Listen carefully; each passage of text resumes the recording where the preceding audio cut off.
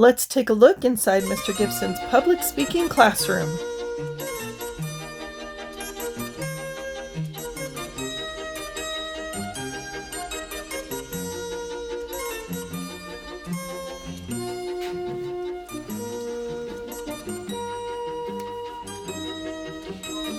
Welcome back to another edition of Departments of Teachers Production Video Stuff. Let's jump right in. There are some technical aspects to writing that we have yet to talk about that I want to introduce to you in this chunk of content. I'd like to believe, hopefully, fingers crossed, at this point, you're okay with me saying introduction, point 1, point 2, point 3, conclusion. You've taken your overall, the topic or your main idea, if you will, the whole, your speech is about insert blank. You've broken it up into 3 different steps or 3 different pieces, and now ready to go. Conclusion at the end. So let's talk about some of the elements of an introduction. I hope that, again, that you understand AGD, attention-getting device, comes first, always, always, always, or you don't have one. If you were to offer the room some greetings and or you needed to say your name, that would potentially happen after your AGD. Could happen after your main idea, but it's not going to happen before the AGD, or you just don't have an AGD. Main idea. I'm willing to bet that you have probably heard of the thesis statement. If you are in science, hypothesis, right, in speaking, it might sound like this speech is going to be about, and ... Today I'm here to talk about, and I feel like that hopefully we're okay there. Definitions. What terms should you consider possibly defining? And what I would tell you is you might think about defining something from your main idea. Look at your main idea and really microanalyze every word that you're saying. And there are some speakers that have these creative ideas or wording in their thesis statement, if you will, that's definitely worthy of coming back to, doubling down on. Let me expand. Let me be more precise. And to give you an example, right, with definitions here.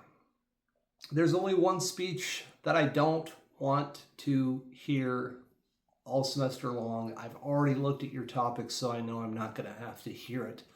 It's cliche at this point, and I was hearing it from my colleagues or fellow students when I was in college, which is legalizing marijuana, right?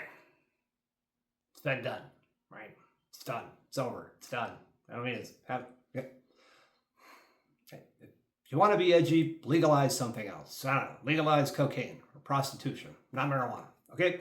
But let's say, hypothetically, now, since we know that that topic is off the table, hypothetically, you were to say, today I'm going to convince you that we should legalize marijuana nationwide, and we were having a one-on-one conference, and I would go, okay, you've thought about definitions? And you might say, well, I think it's pretty clear, cut and dry. And I would say, wrong. When you say the term legalize marijuana, do you mean legalize marijuana like the abstract that I've heard about, this chemical or what? Are you talking about that? When you say legalize marijuana, are you talking about because grandma has glaucoma and you're trying to help grandma? Or when you say legalize marijuana, are you saying that you live in a small town and there's nothing to do on a Friday night, so legalize marijuana so we get yippee, right? I don't know what you mean until you're that specific. That's how you should be microanalyzing what you're writing, what your thesis statement is, and define some key terms. The next thing that you're looking at on this list is personal credibility, counterclaims, a reason to listen, and I'm going to drop down to preview because I'm going to come back to all of those. Now, in an introduction that were to contain multiple, many, all of these elements, they might be jumbled. They may not go in this exact order, but there are value to understanding these concepts, and there are value to, in the future when you're putting together an introduction, and I'll definitely be looking for you to use a few of these in your final speech, but, thinking about the audience and thinking about your overall message, would it help you to use ... or ... So let me get back to preview. Preview is the part where you quite literally say, I'm going to talk about this, this, and this. It helps the audience follow along. Just like breaking the speech up into 3 chunks at the very beginning, it's like the menu, if you will. Before you actually serve the dishes, you go, look, this is what's about to happen. And it is very helpful in speaking. Maybe in essay writing, someone said, don't do that. But again, there's key differences in essay writing and in speech delivery. People don't know how long or how short. It's your job to help them follow along. Give them cues, clues, keep them on board. If you're Steve Jobs, then you would say, today I have 3 stories for you, nothing more, just 3 stories. Rich Benjamin told you that he immersed himself into 3 different Whitopias before he actually started to talk about the 3 different Whitopias that he went to. The value of having the preview at the bottom is that you don't have to, you get to be efficient.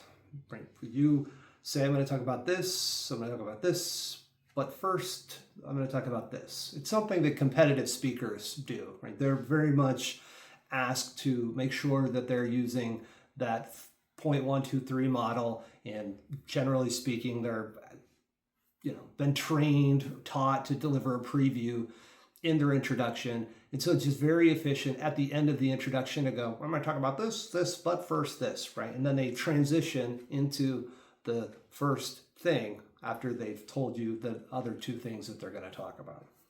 Right? Hopefully that makes sense. Sense enough. A credibility statement. A credibility statement answers one of a few different questions, and maybe it answers more than one at the same time. You should be thinking when you're developing your speech, when you're thinking about your topic, what is your experience? How did you prepare? What is your relationship to the topic? So I'm going to go backwards up. Relationship to the topic. Quite often it happens on accident, but you could hear it in a special occasion speech. Someone might say, I'm the brother of the groom. A credibility statement is an I statement in your introduction. I'm the brother of the groom. And there you go. I immediately understand where you are coming from. Although we don't watch it as part of what happens in the classroom, there's a special occasion speech where David Letterman says, in eulogizing Robin Williams, I knew Robin for 30 years. I knew Robin for 30 years, and I'm a huge fan of Robin Williams, but I've never got the chance to meet him. And so, immediately I go, oh my gosh, I want to know more. I mean, clearly you have a very deep understanding of who this person is. Credibility has some power, and we'll talk about it more when we get to persuasion, but there is some value in kind of introducing yourself in your introduction. How did you prepare? This might be a question you would answer. Think about how long you prepared for the speech. What research did you do? And then very quickly, you might just brush over that. For instance, I was in a training when I was teaching humor to fellow educators, right? Use humor in the classroom. It can be helpful. And in knowing that I was going to be speaking to administrators and PhD scholars, I did my research. I found 31 articles. I made a reference pages And I told them right in the very beginning of the introduction, after I did my wacky AGD and everything, I have compiled 31 different sources. If you'd like a copy of the reference page, I printed one for you. You could grab one on the way out, get it now, right? Pointed to where they were. And very quickly, I said in that moment, I did my homework. What you're about to hear comes from 31 scholarly sources. It's not just me talking off my head, or it's not just my experience, which may not have value, but I did my homework here. And sometimes you might be put in that position where it really is just a matter of you talking about how long you prepared. There are also many times when talking about your experience has value. For instance, hypothetical student named Steve. I don't know why I like that name. Steve is a cheerleader, and Steve decides that he wants to talk about the history of cheer. And he's been a cheerleader since middle school, and so I'd want him to be more specific. I'd say, Steve, how long have you been in cheer? And Steve, being a junior in college, and thinks about the math, 8 years. And I would go, well, there you go, Steve. In your introduction, you would just say, I have been a part of a cheerleading team for the last 8 years. Perhaps Steve's got a scholarship now, and so Steve would say, I was in cheer in middle school, high school, and now I'm a junior in college, and I have a scholarship. Maybe he would have more than 8 years. Anyway, I think you get the point. Here's how someone else could do the same speech, right? Same content, but come at it from a different angle. I, unlike Steve, am not a coordinator person, so I was never in a cheerleading squad. That being said, I'm a huge fan, and I've been a fan since I knew that my mother was, I don't know what they call it now, but she twirled a baton. I don't know. People with the flags, my daughters are cheerleaders. Are they? In this scenario, they are. I've been a fan of cheer for 10 years. It's going to sound different than Steve's cheer, right? He can talk about his research, he can talk about his personal experience. We know it's going to be different. He's actually experienced it firsthand. You know, when I say that I've been a fan of, or I've watched it for this long, that I'm coming at it from a different angle. Doesn't mean one speech is going to be better than the other based on the credibility statement, but that I statement has value. It answers the question, what's your experience? What's your expertise? What's your relationship to the topic? How did you prepare? Too easy. Ask yourself one of those questions in relation to what your topic is, and there's your credibility statement. Don't overthink it. When I was talking about hiking the Appalachian Trail, did you just hear the word I used? In 2022, I hiked the entirety of the Appalachian Trail. From Georgia to Maine. How specific do I want to be? But you just heard it right there, an I statement. There it is. And now people know, to some degree, if not a large degree, he's going to be talking about his personal experience. Question answered. Another element that you should be thinking about when developing an introduction is a reason to listen. A reason to listen would answer the question, why should the audience listen? And you need to think about this from their perspective. Right?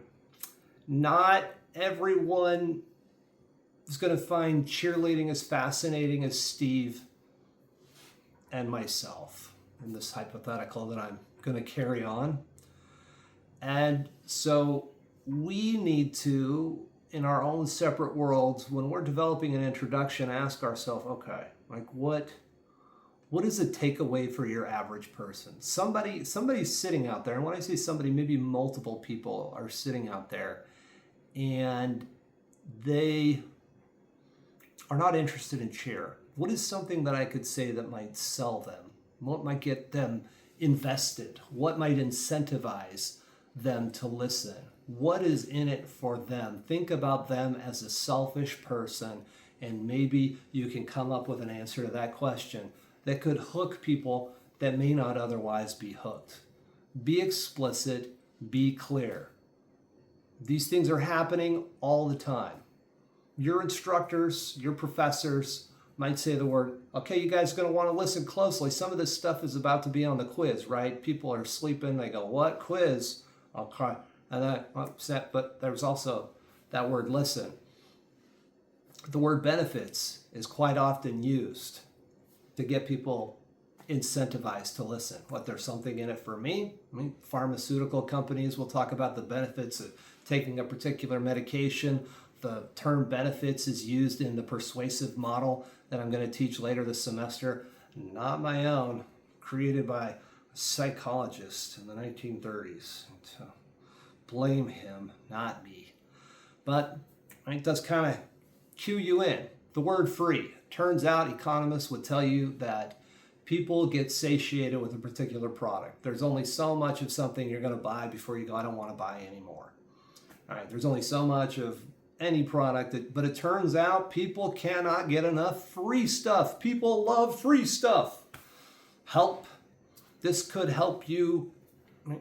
If you were to listen to this speech, this might help you. Right?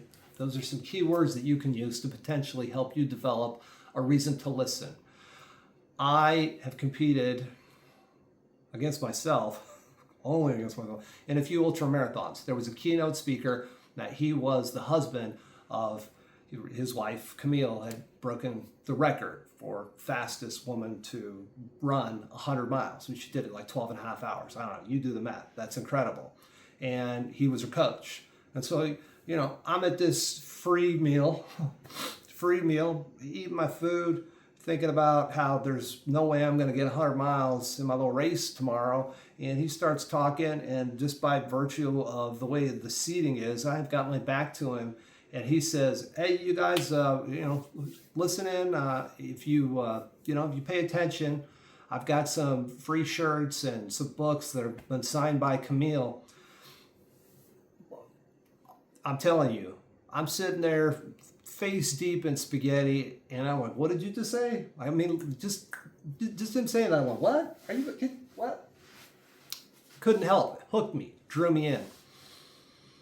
I don't think that this is considered ethical anymore, but when I was on a college campus, they would put up booths, and one of the booths that I walked by was like, hey, sign up for this credit card. If you sign up for this credit card, right, all you gotta do is fill out the information. You're not going to get a credit card. Your credit's terrible, you silly goose. But you can either have a shirt or a king-size Snickers bar.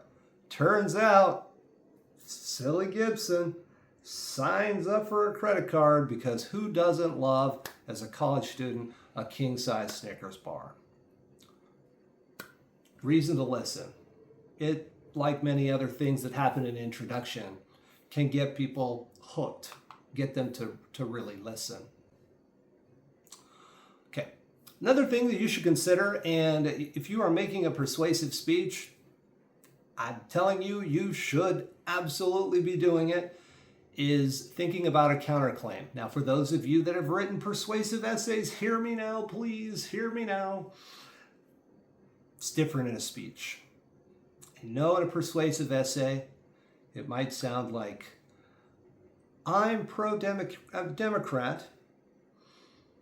These are some benefits of being pro-Democrat. Yes, pro-Republican, but no, this one's better. Okay. That's not what a counterclaim is in a speech. You're close. If that's what you were thinking, you're close. You're on the right track. I want you to take some of that and build upon it. Let's take it to a different place. Because what happens when you tell people in the room that they're wrong? They're done listening. Like even on the off chance, right? Click. It's over. Sometimes when you reveal your topic, it's time to hurry up and jump into that counterclaim. So step one, predict resistance and then address it. Don't want to tell the person that they're wrong. That doesn't go well. And, be careful with your wording because there are unforeseen benefits. Run this experiment with me, okay? I think it's fair for us. Not everybody likes dogs. And there's a few different reasons. Some people are cat people. Maybe some people are just allergic to cats and dogs across the board. I was bit by a dog when I was younger. It created a healthy fear for quite a while. People had a bad experience. So I love dogs. And if you've been following my story, you know I've had 1, 2, depending upon where we're at and what I've revealed, Boston Terriers. So I love dogs. And for my last speech, I'm going to get up in front of the room and I'm going to talk about how great dogs are, and maybe quite specifically, I'm going to talk about how great Boston Terriers are. But as soon as I say today, I'm going to convince you that your next dog should be a Boston Terrier, there are some people with their way in which they're listening to what I have to say, they're like, not for me. Right. As soon as I revealed, right, there's plenty of people that are like, woohoo, we love dogs. We love you, Gibson. You love dogs. We love dogs. But there are some people that say no. So I would know that. I would predict that resistance. I would know that there would be, depending upon the room, I've had maybe upwards of 25% of the people when I've done it live, raise your hands if you're a dog person. And there's some hands that are down. There you go. Perfect. Then this one's for you. So this is what this might sound like. I understand that some of you in this room may not be dog people. You might like cats, you might be allergic, you might be afraid of dogs, or like me, you were bit by a dog when you're younger, you're not interested in dogs. I get that. My hope would be that you might hang on, hear some of the information that I have to give to you today, and perhaps you can pass it on to somebody in your life that is a dog person, or somebody that might be interested in a Boston Terrier, someone that you know. Let's go back and think about what I said. Right. I started off, I predicted the resistance, right? Cat people, afraid of dogs, bit by dogs. I said some really nice words. I said, I understand. I'm telling you, your key to making people feel warm and fuzzy on the inside, amongst many ways, is with words like that. I understand. Turns out, I understand more than I love you. I get you. I get you.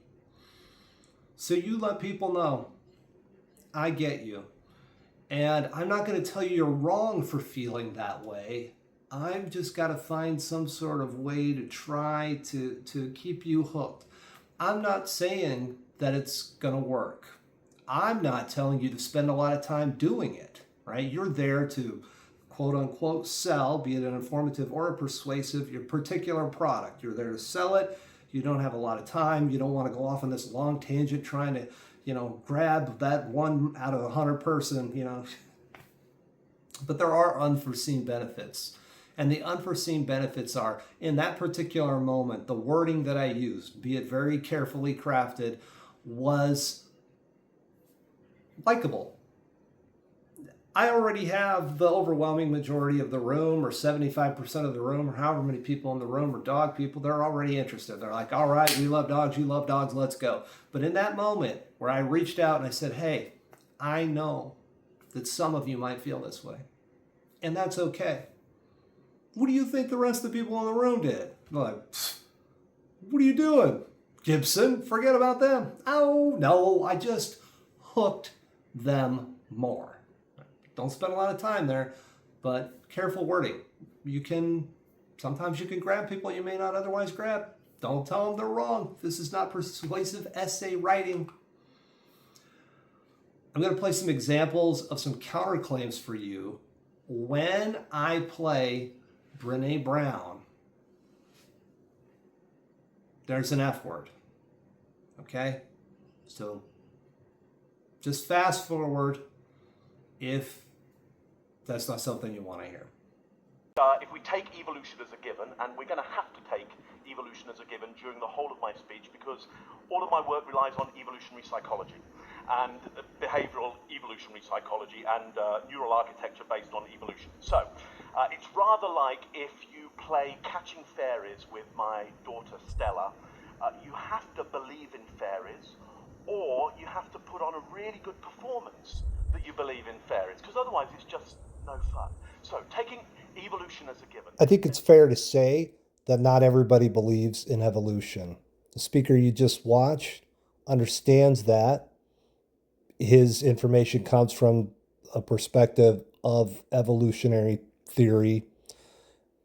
And so he addresses that. What does he say to people that don't believe in evolution? Right? He has this figurative idea about playing fairies with his daughter, but he never tells them, well, if you don't believe in evolution, you can't listen to the speech, or if you don't believe in evolution, there's something wrong with you. He simply finds a way to say, hey, it's okay if you don't necessarily follow evolution like I do. Still, just pay attention to the overall point of the message. Now, I don't know about you, but I've never actually met anyone who was truly up to no good.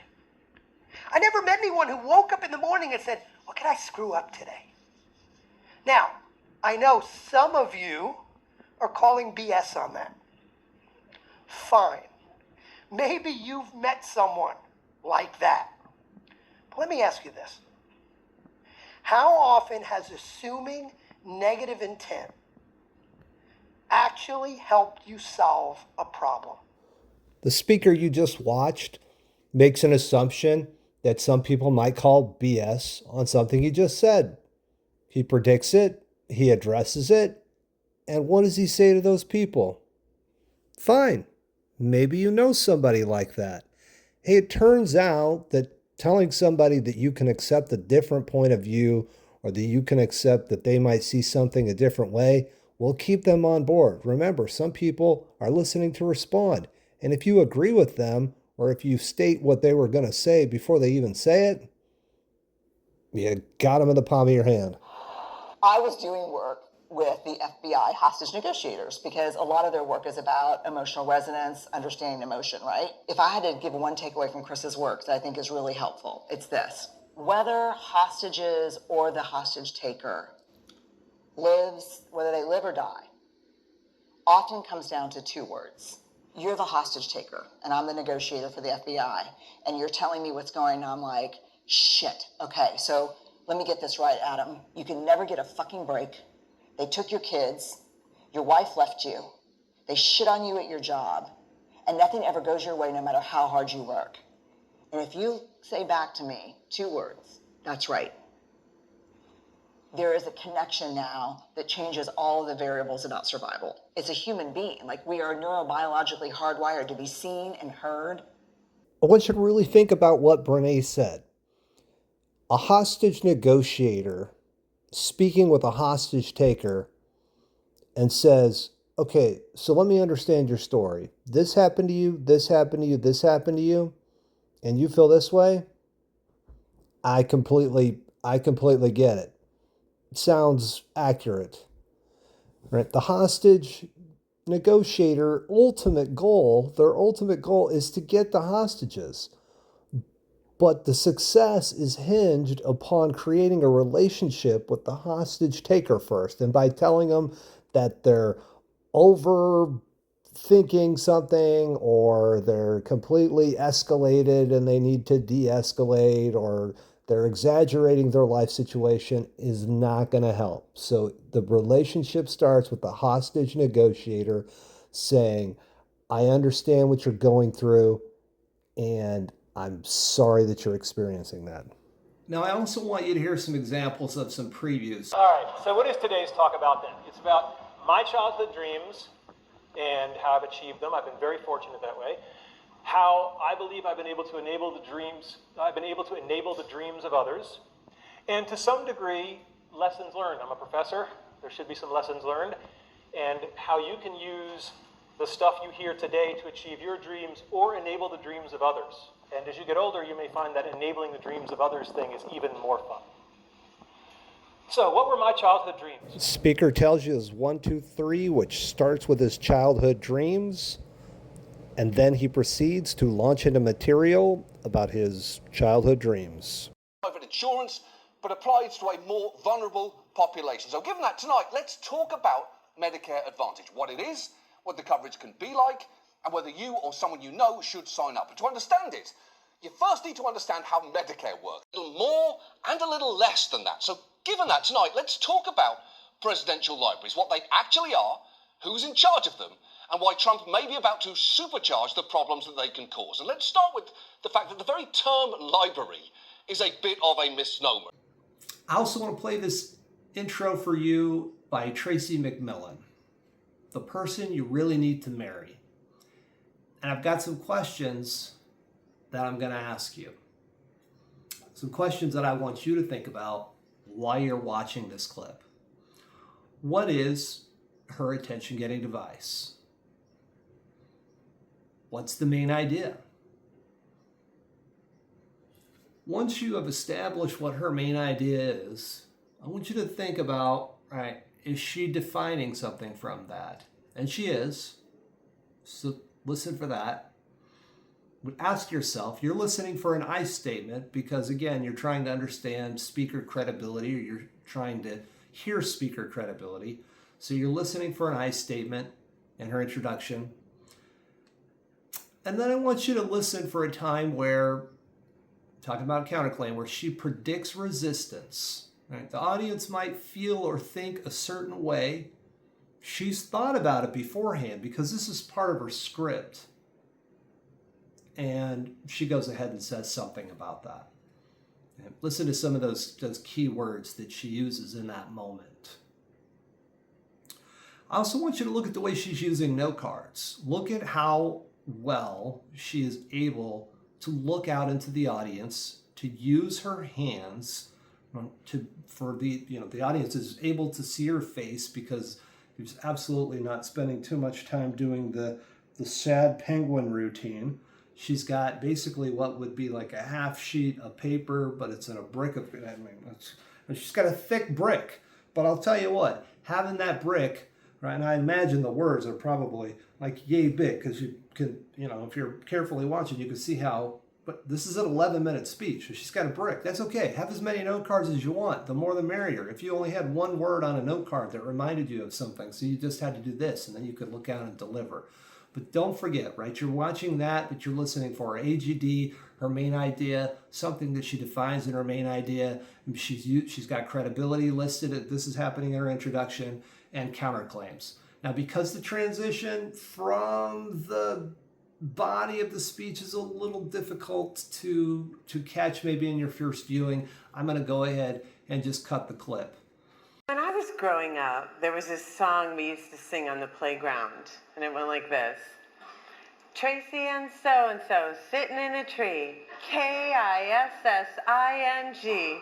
First comes love, then comes marriage, then comes baby in a baby carriage.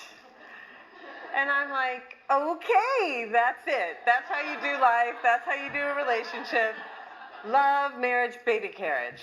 Okay, got it. And then I grew up, and this is what my life turned out to be. Slightly more complicated. Right? Love, marriage, divorce, dry spells. Love, marriage, co-parenting, another marriage, another divorce. You get the picture.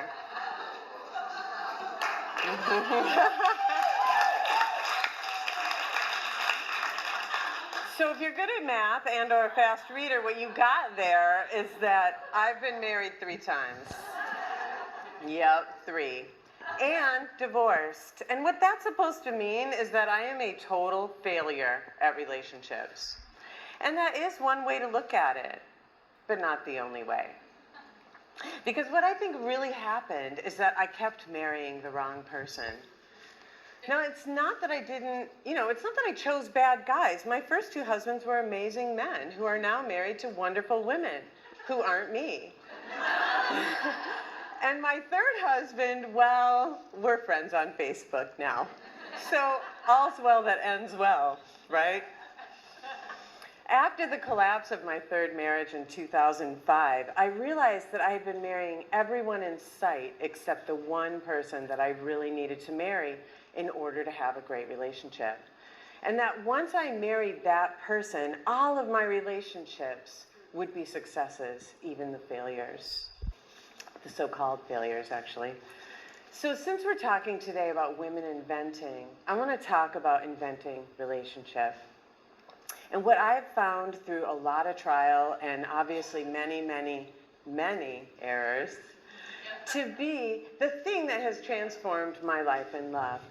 And that is this idea of marrying yourself. So what does it mean to marry yourself? It's a big idea. It's as big as marriage itself, except if I could just summarize it, it would be that you enter into a relationship with yourself and then you put a ring on it. In other words, you commit to yourself fully. And then you build a relationship with yourself to the point where you realize that you're whole right now. That there's no man, woman, job, circumstance that can happen to you that's going to make you more whole, because you already are. And this changes your life. So by now, I'm sure at least some of you are wondering why you should be listening to a 3-time divorcee talk about marriage, even to herself. And I understand that. And here's what I have to say about that, is that what I've learned and my experience is that the places where you have the biggest challenges in your life become the places where you have the most to give, if you do your inner work. I kind of want to say that again. The places where you have your biggest challenges are the places where you have the most to give. I want to show you one more introduction for you to give you an idea, an opportunity to see some of the different things that I've talked about used in an introduction. But this introduction is quite the juxtaposition from Tracy McMillan's introduction. Right? We've got an MS-13 gang member, Cain Lopez, I believe. This is his name, so I'm looking at the, So what is his AGD? He uses a 1, 2, 3, and I would say his 1, 2, 3 are basically also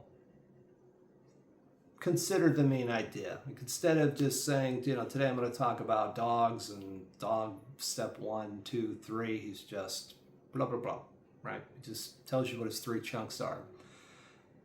Absolutely has some I statements in there. Listen for those. He's stating his credibility. It helps you understand what his perspective is, what his angle is on the topic. And this one is the fun one for me. I saved it for the end, but listen for his counterclaim. in a 30-second introduction, he's got what I would say is a 10 out of 10 AGD. He's got a preview. He states his personal credibility, and he offers a counterclaim. He predicts some possible resistance. You might feel a certain way. And the value of him offering a counterclaim right away is because where he's going in his speech.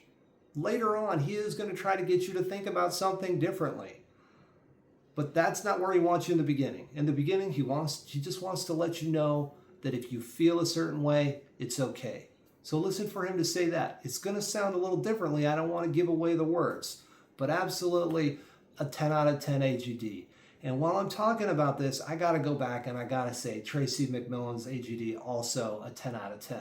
These people are going big. I want you to think about the dynamics, the things that are happening in their AGD. Tracy McMillan singing. She's got the PowerPoint slides. Those still count as part of the AGD. She's got the joke. The one slide has a few words. The next slide has a bunch of words that gets the laugh. And then eventually she gets an applause break. If you get an applause break after your AGD, you are killing it. Cain Lopez. Watch the AGD. See how many different elements he's got going on. See if you can listen for all those things. And then hint bomb. Watch him step where I cut the clip. For me, as somebody that analyzes speeches and teaches competitive speech, or used to and was a competitive speaker, I go, oh, look, you did the step thing. You did the little steppy step thing. That's how I know his introduction is over. You might have heard about them in the news. They've been called murderers, violent, destructive, law-breaking, and criminals. And I can tell you that a lot of what you heard is true, because I used to be a member of MS-13. Today I'm going to tell you why I joined the gang and how I eventually got out. But first, let me take you all the way back to the beginning. Flashback, I'm having hot flashes. Go all the way back to the second day where we did silly introduction exercise. And now is where I get to come back to you and I go, well, what is in an introduction? Quite a bit should go into an introduction, because you've got to accomplish a lot of things and you have a very short period of time to do it. You've got to capture people's attention. You got to tell them what they're going to hear, and you got to tell them what's in it for them, why they should listen. And then what happens next? Transition from point to point. It's a wacky teacher joke, and I feel like I probably edited it well into this video. Hey, use transition words. They help people follow along, point to point. Lots of words. You choose. Be clever. There are clever ways to transition. And if you're syncing it with your nonverbals, you're absolutely going to help people follow. I've given you a printout of the supporting material something that you can print, or you could just have a copy of it. Because I want you to understand there's a lot of different ways in which you can keep people's attention throughout a long speech. The longer it goes, the more you should try to be considering pulling from different places. Like if you're a sports person, a couple of sports examples, analogies, great. But can you throw something else in there? Right? Maybe a pop culture reference. I don't know. Maybe you're a theater person, so maybe referencing a particular play. Maybe you've got a personal experience in there, and maybe an advertisement. Maybe there's some sort of reference to current events. The more of that you can ball within reason, the more of that you can kind of get into the body of your speech, right? That should be 75% or more of your speech. The more of if you have some of those, you'll get people from different areas, right? You'll hook people who have different interests. It adds wit, it adds entertainment value, and when you are prepped,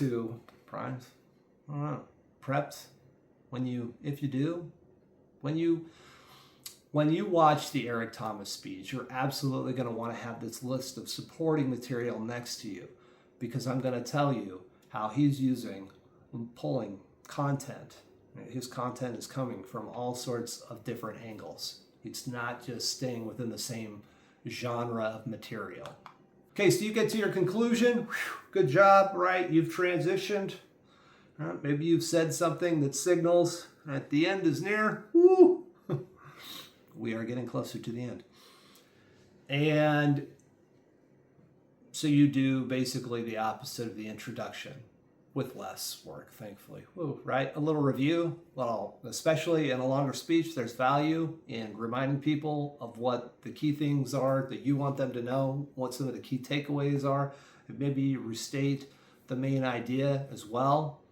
And then we've talked about it. When it started very early on, boom, drop the mic. Whatever you did that was clever in the beginning, bring it back down, circle down, hit it again from the bottom. 10 out of 10. I want you to watch one conclusion, and there are some things that I want you to think about while you're watching the conclusion. How does he transition into his conclusion? I mean, you could probably list 3 or 4 things that signal that he has moved, hint bomb, that he's moved into his conclusion. And I want you to think about his very last sentence. Go to those very last words and ask yourself, right, what might his AGD be? Why might he end on such a dramatic statement? Big pregnant pause, and it sounds so prophetic, so understated. But why would people get it? Right? If you're put your critical thinking cap on here and ask yourself, why might people get it?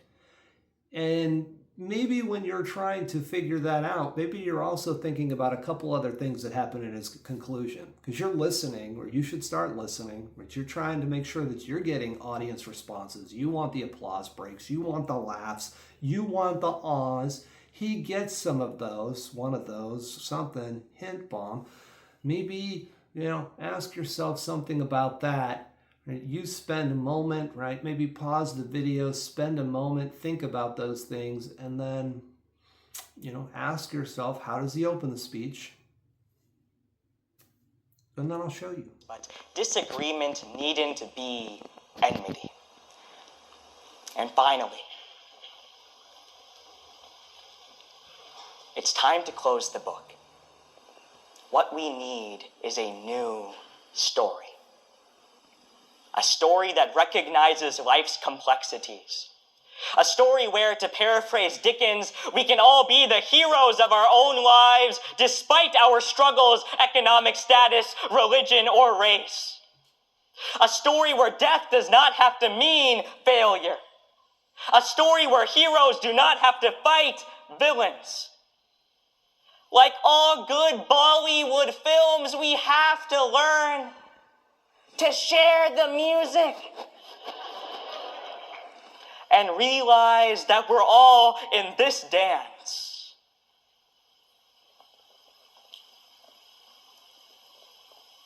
together.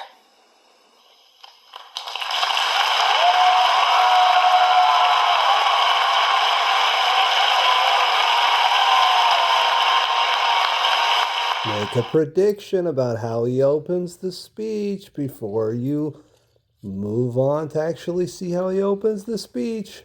Don't cheat.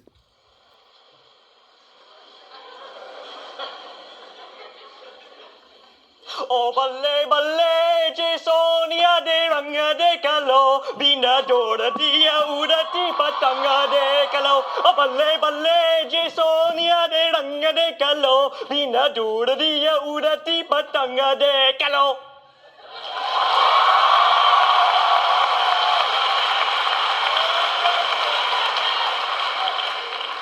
I love Bollywood. Okay, so he dances. Hey, he dances. He's a great dancer. AGD, 10 out of 10. It gets an applause break. It's fine if you don't want to dance. But then I'd ask you, are you going to show visuals? Are you going to use your voice the way Cain Lopez does? He uses his instrument. Are you going to sing a silly little song and tie it all in together into a way in which, signals some sort of joke with words, the way Tracy McMillan? What is it? What are you going to do that's clever and interesting? Well, you can work within your wheelhouse, and you can, be quiet and reserved and not bring your talents to the game, but you are going to get what you give. If you commit to being, commit to your AGD, commit to your mic drop, first impression, last impression. There are a few writing techniques that I want you to think about as we move on. If you know them, great. If you don't, pretend that you never, if you never even heard me talk about it. Figurative language. If you know and understand how to use figurative language, maybe you just use it anyway, you throw it in your writing, great. Figurative language adds color. Too much of it without some sort of concrete example can become exhausting. No, if you're going to say that you should follow your heart, maybe there should be an example tied to following your heart. And follow your heart, reach for the stars, chase your dreams, don't run into a brick wall. Okay, well, slow down. Right, but we've heard some figurative language in the Steve Jobs speech. We didn't have an opportunity to listen to the Blythe Bard speech, and maybe in a future semester or in another semester in which I replay this. Is that you? Am I talking to you? You will have heard Blythe Bard and her poetry slam, and there's a lot of figurative language use in that as well. Repetition. If you understand repetition, or maybe you don't, but you'll kind of get it after I play this clip for you, there's value in repetition. It can be very persuasive. Repetition. When I think of one of the most popular examples of repetition that I feel like I'm going to say and you're immediately going to get is I have a dream. I have a dream, I have a dream, I have a dream. I don't know how many times he said that he had a dream in that speech, but I think clearly when I say that, you know exactly which speech I'm talking about. Commercials, right? To the point of ad nauseum, but to the point with which you will never forget, will hammer home jingles in silly little short phrases with the use of repetition.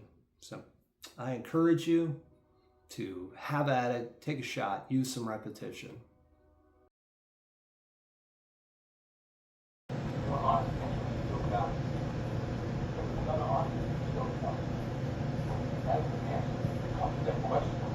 Who am I? I am a champion. That's right. I will conquer what cannot be conquered. Defeat will not be in my creed. I will believe what others have doubted. I will always endeavor to hold esteem, honor, respect in my team. I have trained my mind, my body will follow. Who am I? I am a champion. I will acknowledge the fact that my opponents do not expect me to win. I will never surrender. Weakness will not be in my heart. I will look to my comrades and to those who have brought me to this world and those who have trained me, and I will draw strength from them. Who am I? I am a champion. I will practice, go out to the field of battle, and I will move in everything I can do. And I will reach my field of battle at any means at my disposal. And when I get there, I will rise violently. I will rip the heart from my enemy and leave it bleeding on the ground, because he cannot stop me. Who am I? I am a champion. To my side, I have comrades. Comrades that have been through me through thick and thin, through sacrifice, through blood, through sweat, through tears. Never will I let them fall.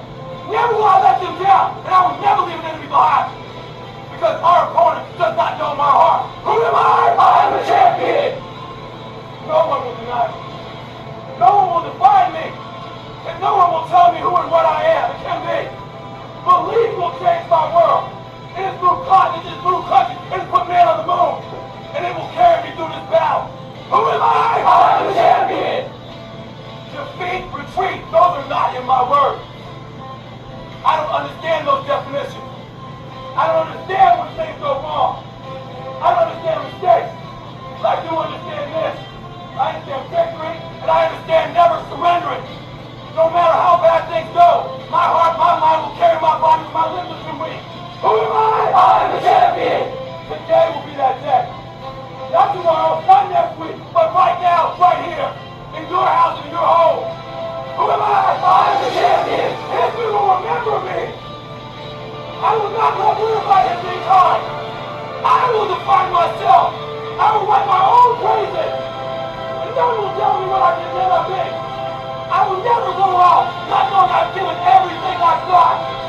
Because who am I? I am a champion. Who am I? I am a champion. Who am I? I am a champion. Who am I? I am a champion. Who am I? I am a champion. I am a champion. I am a champion. I am a champion. I am a champion. Champions on these champions are going to work to be a champion. Hyperbole, and as I might say, exaggeration. I love exaggeration. I love exaggeration.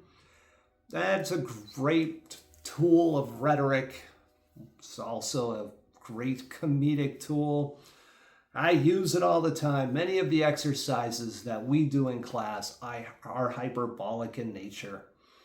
You'll probably never have to shout your words over loud music, but fingers crossed, maybe you'll remember it, and then it was all worth the exaggerated purpose. There are other exercises that we will do where you're going to be put in a position to do something wild, weird, and wacky, but there is a point behind it. So albeit exaggerated or hyperbolic, that, ultimately the goal is that there's an underlying point or a message.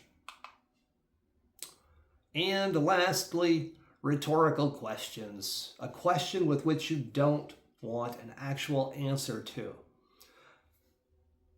They can be powerful in the use of threes. Have you ever thought of? Have you ever felt this way? Have you ever thought of this? Blah, blah, blah, blah, right? Beat them into submission. 1, 2, 3. Question 1, question 2, question 3, right? To me, it's important. Generally, people, again, I'm coming back to something I've already said about questions. It all comes down to delivery. People will not put effort into the delivery of the question. Find some key words. Find a place to add emphasis. And pause.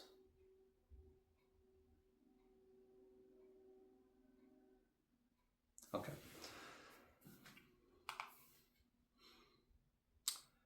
And now, next step. Take all of this information with which hopefully you took a little bit of time to try to digest, make some sense of it. Next step, print a copy or look at a digital copy of the outline that I've attached to all of this work. Watch the Eric Thomas video and see if you can catch all of the things that have been talked about in this video lecture, this video lesson. The Eric Thomas Secrets of Success video pretty much has all of the stuff that we've talked about. When I say we, I mean me and my other personalities have talked about in this video lecture. For funsies, maybe not a mic drop. Maybe you're saying I wrote down the first words out of his mouth as the AGD, but no mic drop. But what I would tell you is that go watch mashups of Eric Thomas. Quite often, Eric Thomas is closing his $100,000, $1 million seminars with, when you want to succeed as bad as you want to breathe, then you'll be successful. And if you have no idea what I'm talking about when I just said that, then I encourage you to take me up on looking at that outline that I gave you, watching the Eric Thomas video, making sense of it, watch the breakdown that I deliver, be a diligent student. You have my respect. Watch all of this in forward, fast play. Till next time.